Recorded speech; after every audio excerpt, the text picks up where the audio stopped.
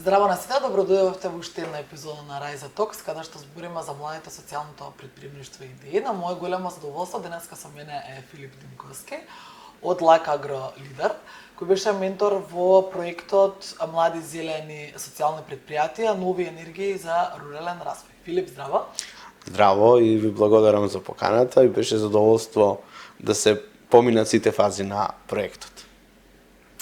Јас ка почнам некако различно од почеток, затоа што во овие епизоди на подкаст имаме различен тип на говорници, ги имаме координаторите на проектите, младите луѓе што директно учествувале, ама прв пат имаме и ментор во овие епизоди, но овие подкасти. Сакам да прашам што значи да се работи со млади луѓе, колку ви беа овие млади луѓе, колку што знам беа средношколци, меѓутоа што значи се работи со млади луѓе од помали и од рурални средини, од Кривогаштани и од Крушева, ако не се лажам.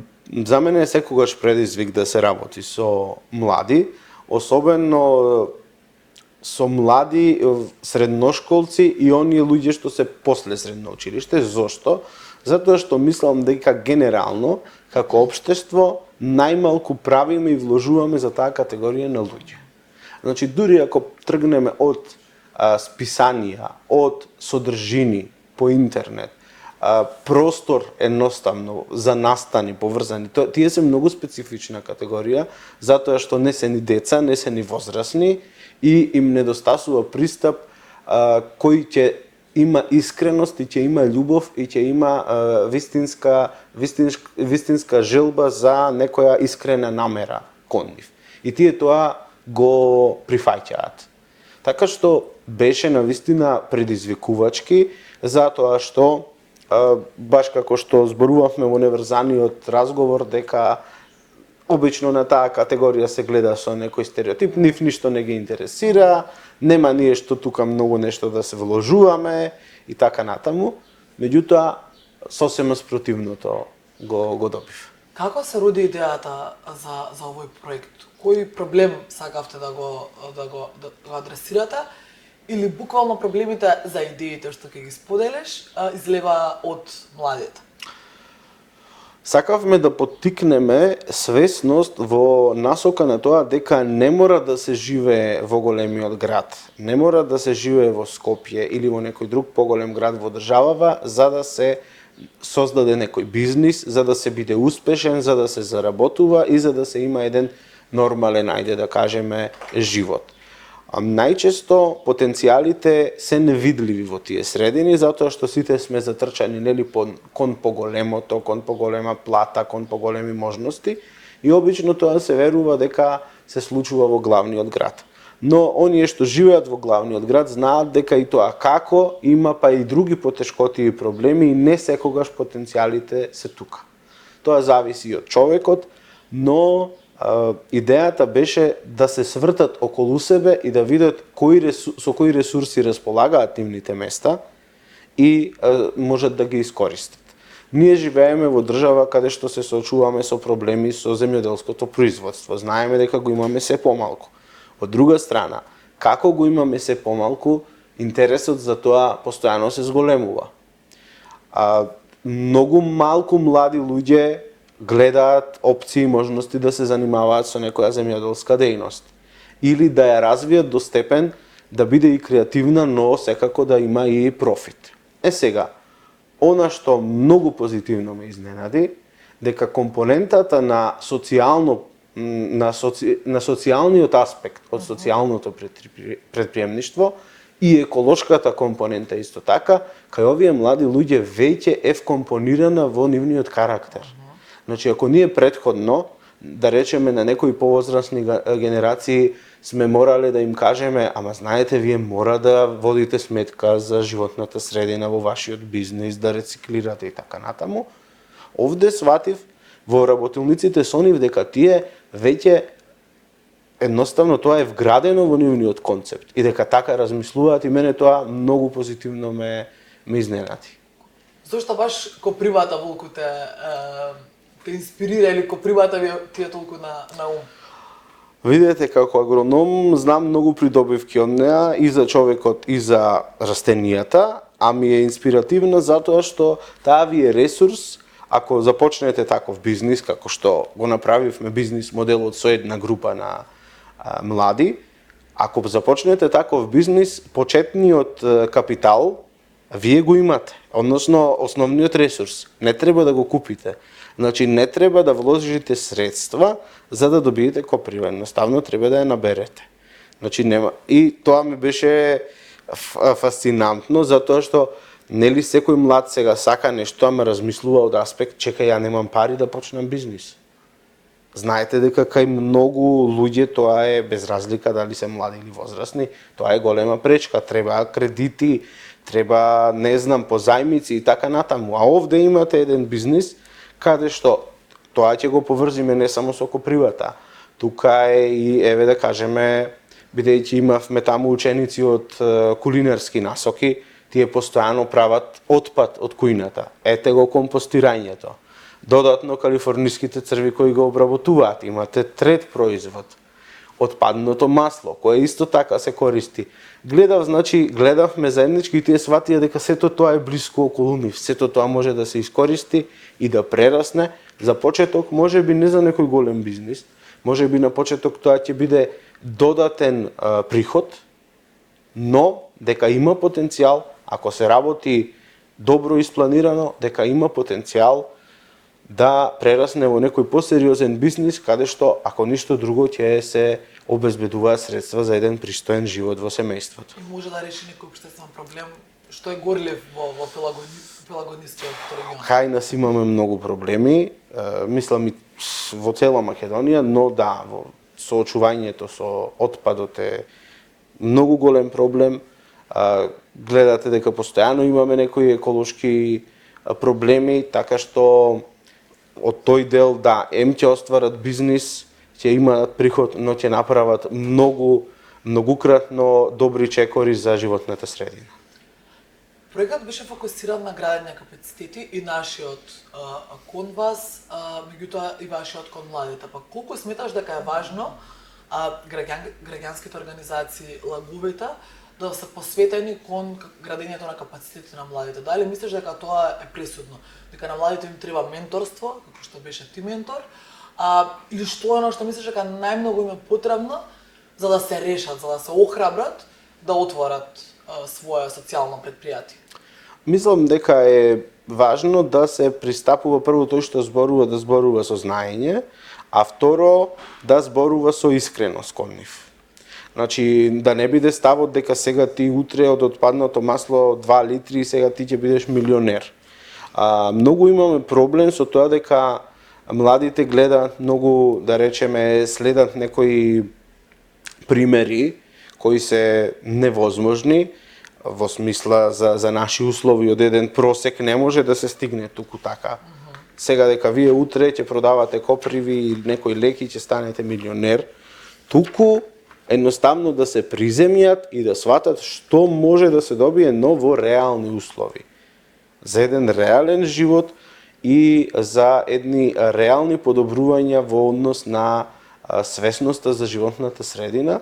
Менторирањето е потребно, им треба на младите насока и е прекрасно што на овој начин значи имаме едно дополнително неформално образование преку овој проект, влегува некој друг, влегува невладина, влегува предавач, тоа за нив е одма поинтересно, значи излегуваат од секојдневната рутина во образованието и разгледуваат сфери и други можности. И тоа секогаш исто соработувавме и го презентиравме проектот и пред ученици во средното училиште Ѓорче Петров. Таму да кажеме има медицински насоки, рударски и така натаму повеќе. Например, да се гледа надвор од рамката, во смисла, ако јас сум ако сум средно училиште, не знам, економско сум завршил, или медицински техничар, или кулинар, не значи дека не треба да добиам некое плюс знаење, кое ќе можам да го искористам и да се снајдам потоа кога ќе завршам. Може би токму едно наше вакво предавање некому ќе отвори визија во некој сосема друг правец да се снајде. Идејата беше, и тие тоа го сватија, дека може би ќе се случи да не работам конкретно во струката за која сум учел. Но ваквиот проект ќе ми отвори можност да ги отворам видиците и можеби да размислам нешто поинаку и нешто покреативно, да најдам креативен начин да заработам средства и да правам добро за општеството. Со кој предизвик или дали воопшто имавте предизвици во целиот процес?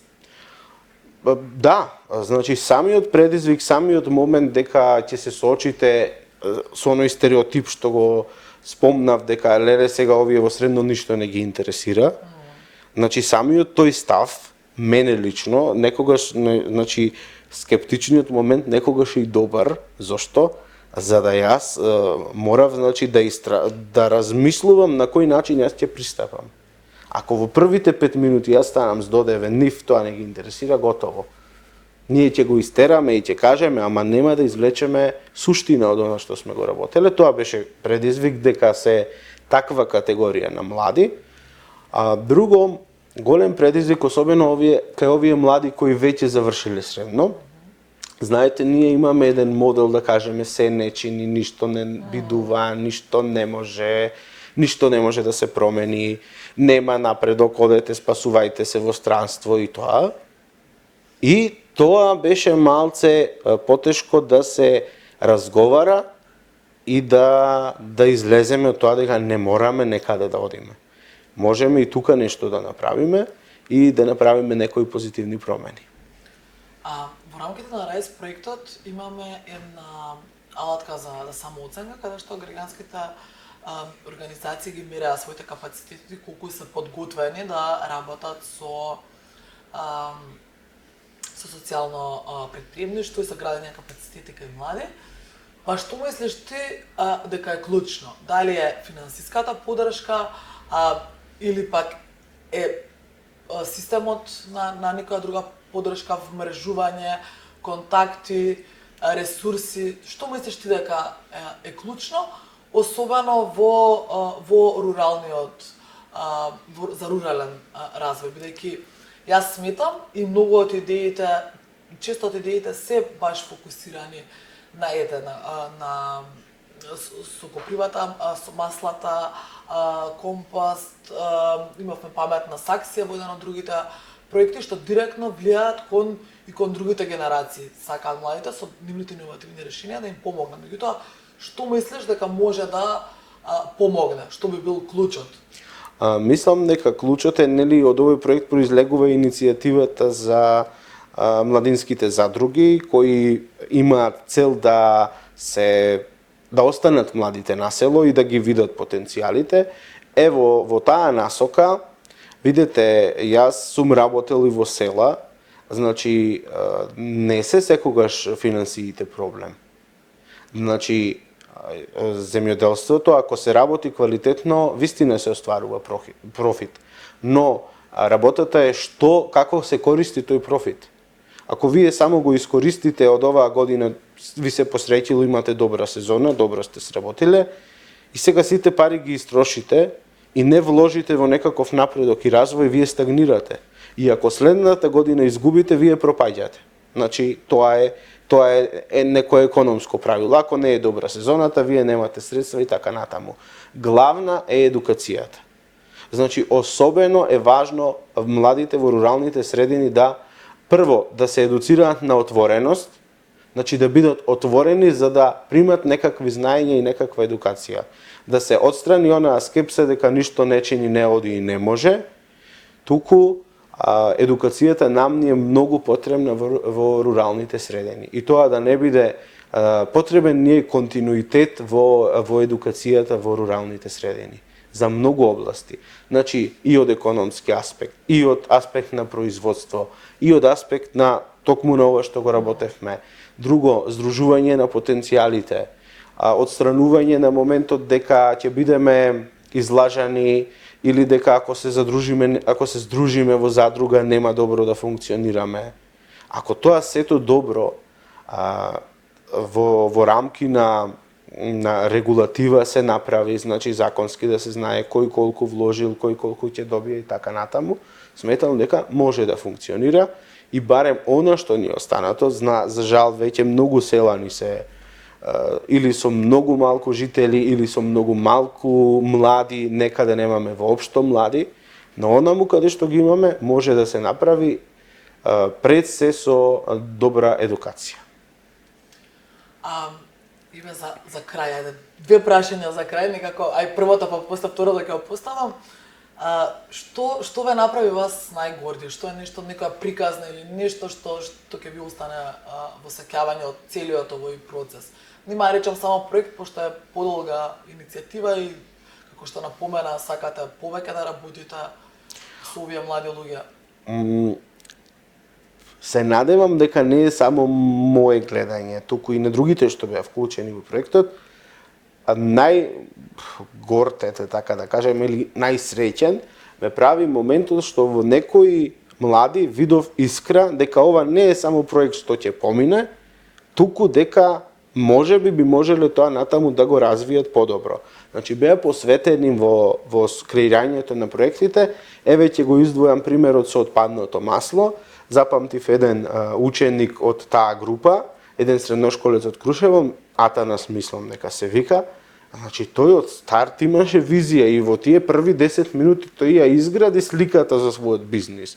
Од каде ќе набавува материјали, каде ќе ги продава, кои ресурси му се дополнително потребни да ги купи, и радосен е тој момент да видите дека веќе од средношколските клупи излегуваат такви луѓе кои имаат визија, имаат интелигенција, имаат знаење и се подготвени да во современото живење да се снајдат, односно да ја играат играта на современиот живот.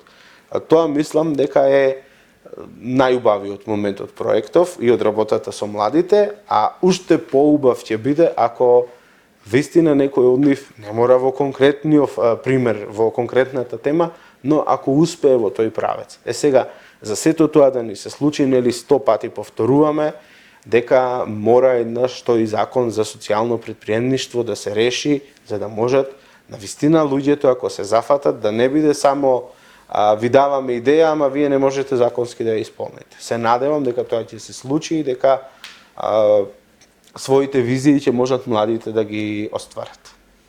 Филип, каде ја гледаш иднината во оваа иницијатива или во работата на Агролидер и генерално како ја гледаш иднината на социјалното претприемништво токму во развојот, во руралниот развој?